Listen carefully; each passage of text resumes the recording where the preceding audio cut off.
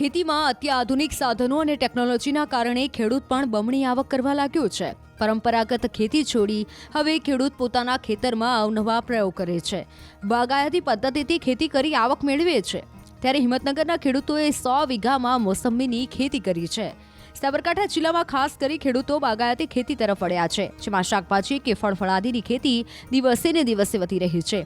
મોસંબીની વાત કરીએ તો જિલ્લામાં 250 વીઘા કરતાં વધુ વાવેતર કરવામાં આવ્યું છે। ત્યારે હિંમતનગરના મહેરપુરા ગામના ખેડૂતોએ 100 વીઘા કરતાં વધુ વિસ્તારમાં મોસંબીનું વાવેતર કર્યું છે।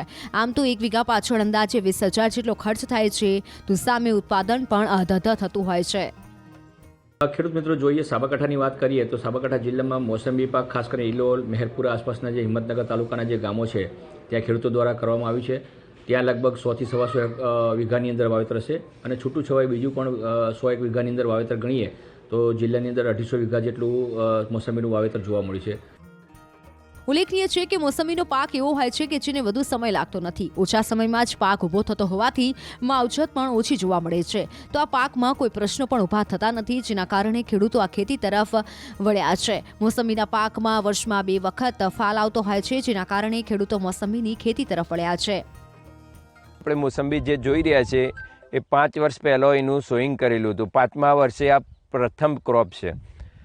એક વર્ષે એનું 20,000 થી 25,000 રૂપિયા ખર્ચ થાય છે અને મોસંબીની ઇન્કમ વીઘા 80,000 થી 1 લાખની આવક થાય છે। આમાંની ભાવની વાત કરવામાં આવે તો સિઝન દરમિયાન 15 થી 20 રૂપિયા કિલો મોસંબી વેચાતી હોય છે, એટલે કે 1 વીઘામાં અંદાજે 20,000નો ખર્ચ કરતા 1 લાખથી 1.5 લાખ રૂપિયા ખેડૂતોને મળતા હોય છે, જેના કારણે ખાસ કરી ખેડૂતોએ મોસંબીનું વાવેતર કર્યું છે।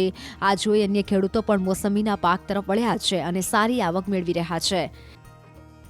પહેલાં અમે અમારું ગામ મહેરપુરા છે, એમાં અમે પહેલાં વંશ પરંપરાગત ઘઉં, મકાઈ, રાળો, બાજરી એવું વાવેતર અમે કરતા હતા, પરંતુ છેલ્લા 20 વર્ષથી અમે આ બાગાયત ખેતી તરફ અમે વળ્યા છે। એનું મેઇન રીઝન છે એક તો લેબર અને બીજું કારણ છે કે ભાગતોડ કરવું પડતું નથી આમાં, એ અમારું આમાં થોડુંક બેનિફિટ છે। પ્લસ એમાં જે નોર્મલ ખેતીમાં આપણે એવું હતું કે ભાઈ એમાં થોડુંક ઉત્પાદન ઓછું મળતું, તો આમાં થોડુંક ખર્ચો થાય છે પણ સામે ઉત્પાદન પણ એટલું વધારે મળે છે। એટલા માટે અમારું 20 વર્ષથી અમારું લગભગ 80% ગામ બાગાયત તરફ વળી ગયેલું છે। એમાં મોસંબી છે, જામફળ છે, ડ્રેગન ફ્રૂટ છે, દાડમ છે, પછી સિઝનેબલ ટેટીનું પણ વાવેતર થાય છે અમારા અહીંયા, એટલા માટે અમને આમાં સારું એવું ઉત્પાદન મળી રહે છે। વિજ્ઞાન દરરોજ આગળ વધી રહ્યું છે। બીજી તરફ રાજ્ય અને કેન્દ્ર સરકાર પણ ખેડૂતો માટે નવી નવી યોજનાઓ શરૂ કરી રહી છે, જેનો સીધો લાભ જગતના તાતને મળી રહ્યો છે। ધીમે ધીમે જગતનો તાત વંશ પરંપરાગત ખેતી છોડી બાગાયતી ખેતી તરફ વળી રહ્યો છે। ગુજરાતના રાજ્યપાલ પણ ખેડૂતોને ગાય આધારિત ખેતી કરવાની અપીલ કરી રહ્યા છે।